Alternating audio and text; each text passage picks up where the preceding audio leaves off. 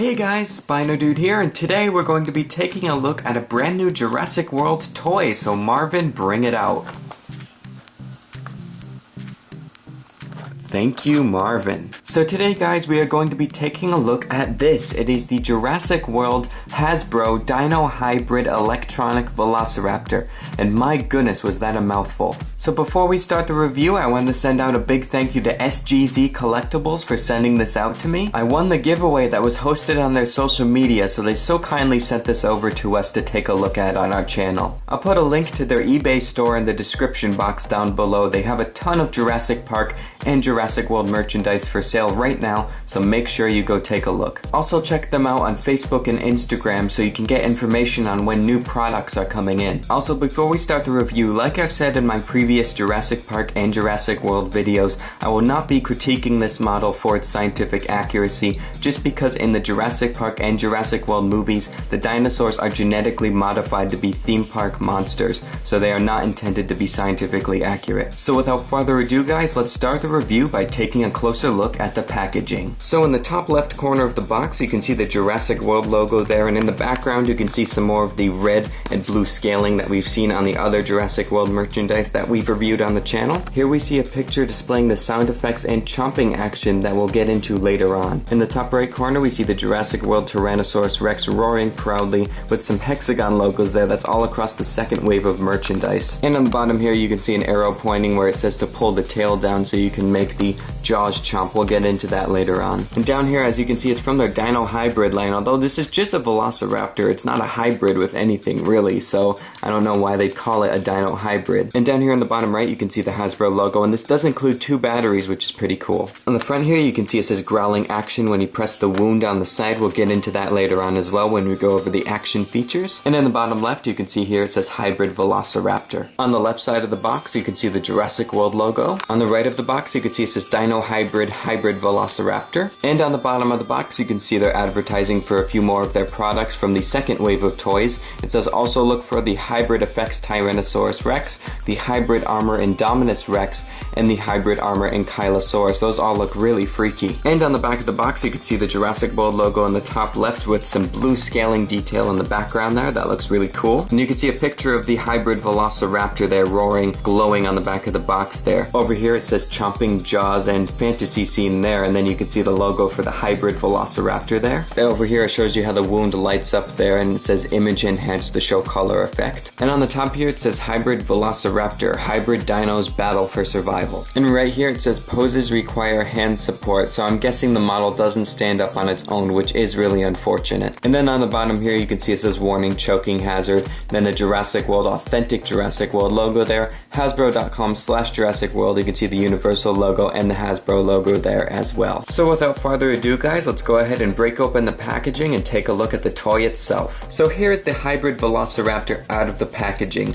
And my first impressions on this is that it's pretty good. Now obviously this is just a repaint of the Velociraptors from the first wave of Jurassic World toys from Hasbro. But the thing I really like about this paint job is that it's based off of the Velociraptor at level 30 from Jurassic World the game. And I'll put some footage on screen now so you can see that Velociraptor in action inside the app game. Yeah, but this raptor, as well as most of the other dinosaurs from the second wave of Jurassic World toys from Hasbro, are based off of creatures from that game, which is really cool, especially since I'm a big fan of that app game myself. Now they call this a Dino Hybrid Velociraptor, but it's just a regular Velociraptor with a bright color scheme. I think if they based it off of the level 40 Velociraptor instead of the level 30 Velociraptor from the app game, it would be more of a Dino Hybrid. The level 40 Velociraptor in the game has a crest on top of its head with spikes going down its back and some spikes on the end of the tail, as well as some spikes on the back of its heels, so it really looks more of like a hybrid monster instead of just a regular raptor. And if you haven't noticed already, I have been holding it this whole time, because if you try to set him down even carefully,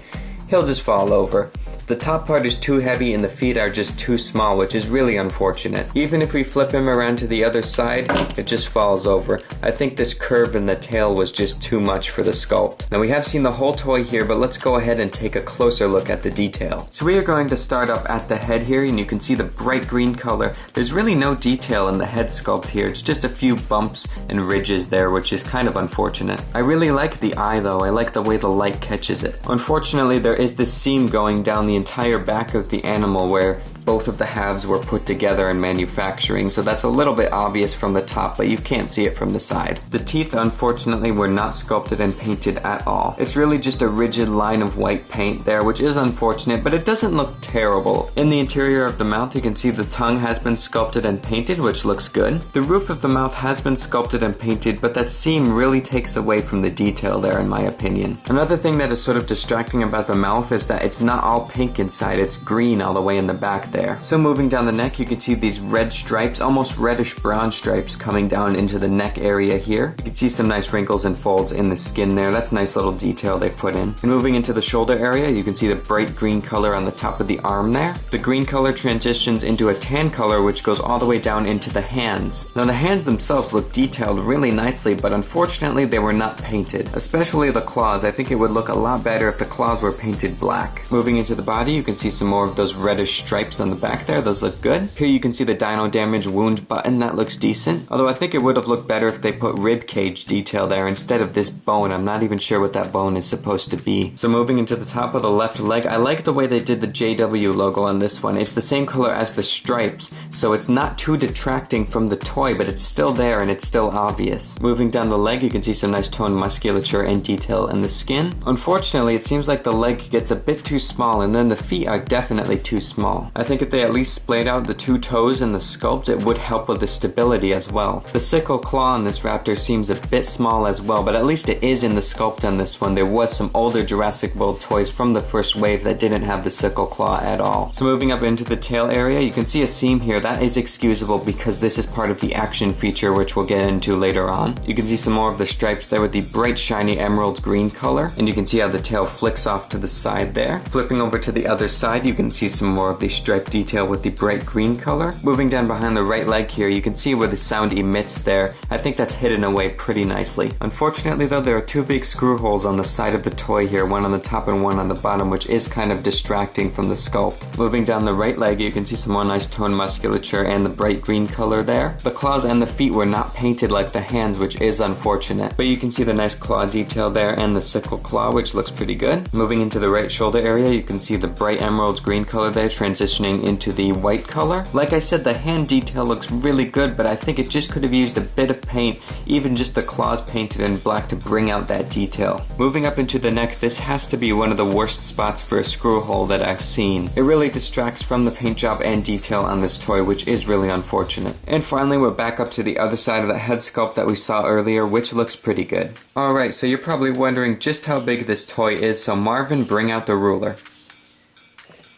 Thank you, Marvin. Alright, we have our trusty flexi ruler now, and I'm going to have to hold this guy up with one hand because he will not stand up. So in terms of the length from the tip of the bottom jaw to the tip of the end of the tail, we are looking at exactly 10 inches.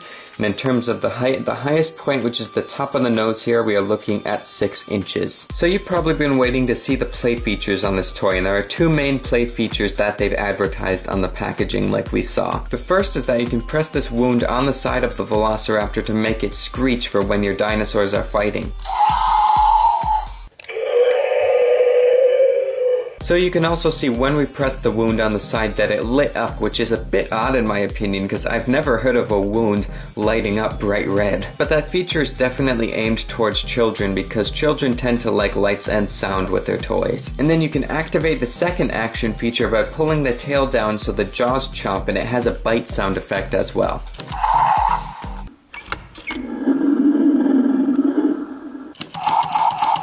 Okay, Marvin, stop it. There is also articulation with this toy, but unfortunately it's not as much as I expected. The left arm can move all the way up to the back here and move down to just about there. The right arm can do just about the same and then just move down to there as well. So you can make the arms move and make it look like it's slashing, which is pretty cool. The jaw can be shut by itself, so you can manually move that, but there is a spring inside that makes it spring open again, so you cannot leave the jaw shut. And then just looking at the legs, you would think that they're articulated because of the seams on the side, but that they're actually not. Both of the legs are fixed into place so you cannot move them, which is very unfortunate. So all in all, I think the play features and articulation are decent. I do wish, however, that the legs could move. I also kind of wish that the mouth would stay shut, because it seems a bit odd that it's spring-loaded to open instead of spring-loaded to close. For comparison, I put the Raptor back in his packaging here just so he can stand up. So here's the Jurassic World Wave 2 Dino Hybrid Velociraptor next to the Jurassic Park 3 React Attack Velociraptor. Now these are both from Hasbro, so I'd like to do a quick comparison of both of them. So looking at these side by side, you can see that the Jurassic Park 3 Raptor stands up on its own comfortably, while the Jurassic World Raptor doesn't, unfortunately. Also, the older Raptor seems to be made out of a much more sturdy plastic than the newer one. The teeth on the old Raptor were individually sculpted and painted as well, where on the new Raptor they weren't, unfortunately. The old Raptor has individually painted claws in a glossy black paint which look really good, when unfortunately this Raptor doesn't. The Jurassic Park 3 Raptor also does not have any screw holes on the sculpt, whereas the Jurassic World one has it all over the right side of the sculpt, unfortunately. So I think in the end I have to say, if you're an adult collector of Jurassic Park and Jurassic World merchandise, I definitely recommend the Jurassic Park 3 Hasbro toys. I also think wanting your merchandise to stand on its own is a big thing for collectors, and with this Velociraptor, that is not there, unfortunately. And next for comparison, I'd like to bring in Jurassic World the game here on my iPad mini, just so you can see the level 30 Velociraptor which this toy is based off of. So side by side you can definitely see the great similarities between the two, although I just noticed that the level 40 Velociraptor is the one that has the reddish stripes on the back. The level 30 only has black stripes, which is interesting. And in the app game here, you can see when you tap your Raptor, he does like to be pet, but don't pet him too much because he is aggressive. Well, there we go, guys. That was today's look at the Jurassic World Hasbro Dino Hybrid Electronic Velociraptor. Overall, I think the action features make it for a good toy for children. I do want to warn the parents, however, that it is made out of a cheaper plastic than the older Jurassic Park toys, which means it will break easier, unfortunately. One thing I have to say that I really like about Hasbro's second wave of Jurassic World toys is that almost all the toys are based off of creatures from Jurassic World the game. I myself am a big fan of that app game. If you want to play it, go on the App Store or the Google Play Store. It's both on iOS and Android for free. So if you want to pick this guy up, get it from SGZ Collectibles. The link to their eBay store is in the description box down below. So anyway, guys, I hope you have enjoyed this video. If you did, leave a like down below and subscribe. Also leave a comment telling me your opinion on this toy. Also, happy Jurassic June, the official month of all things dinosaur. So thank you so much, guys, for watching, and as always, I'll see you in my next video. Bye-bye.